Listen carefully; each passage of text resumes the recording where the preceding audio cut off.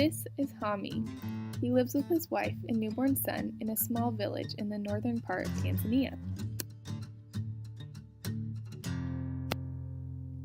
The name Hami means defender, and that is what he is trained to do ever since he was a young boy. The village is very peaceful, and up until now he has had very few opportunities to live up to his name by protecting his people. One night, while the rest of the village is sleeping, Hami is keeping watch when he senses a vicious lion stalking him from behind. His instincts and training take over immediately. He spins around, bow and arrow in hand, ready to shoot. This is the moment that he's been training for all of his life. For a split second, amongst the rush of adrenaline, he begins to feel fear creeping in. Hami's emotions are linked to a process happening in his body that conditions him to respond appropriately to an attacking lion or any other sort of stress. This is a process involving the HPA axis, which is the body's response mechanism to a stressor. A stressor essentially is a perceived challenge to the body that can be emotional, environmental, or physical. The HPA axis involves three major parts: the hypothalamus, pituitary, and adrenal gland, all which release different hormones at each level. The hypothalamus is the first to respond to a stressor. The hypothalamus is located in the brain and releases many neuroendocrine hormones. A stressor, in this case for Hami being stalked by a hungry lurking lion, will cause the hypothalamus to release corticotropin-releasing factors, CRFs, to the pituitary gland. The pituitary gland is located below the hypothalamus, consisting of an anterior and posterior lobe.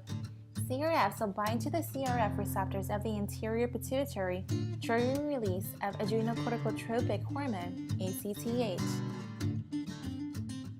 ACTH is released and travels through Hami's bloodstream to his adrenal glands, which are located right on top of the kidneys.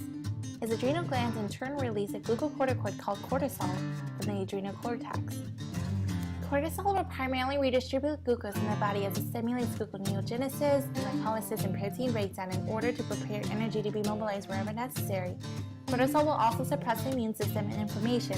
In this process, the HPA axis will continue to function for minutes up to hours, even days or months, depending on how long exposure to the stressor is. Eventually, cortisol will travel back to the pituitary gland and hypothalamus, shutting off production of CRF and ACTH in a negative feedback loop. Now, let's take a look back at Hami's situation. When Hami suddenly realizes that the animal he heard creeping up behind him was not a vicious lion, but his good friend, Marty the zebra, he is relieved, but perhaps a little disappointed. By the time his family is awake, his stress response has ceased. Within an hour, his cortisol levels will return to normal and his HPA axis will return to homeostatic condition. Several years down the road, Hami and his wife have had several more children, and there is a drought in the land. Hami has very little food and many mouths to feed. He is under constant stress because of this daily struggle to provide for his family. This chronic stress keeps Hami's HPA axis turned on. Even though he's not facing an immediate threat, his adrenal glands will continue to produce cortisol indefinitely. If his HPA axis is not turned off, continuously high cortisol levels will result in negative side effects such as weight gain, suppressed reproductive functioning, mood swings, and disrupted sleep cycles. His adrenal glands will eventually become fatigued, potentially causing chronic disease and even death. After introducing yoga into his daily routine, Hami is able to handle the stresses of life much better until the rain returns. His HPA axis begins to function properly again, and all is well in his small village in Tanzania. Created using Powtoon.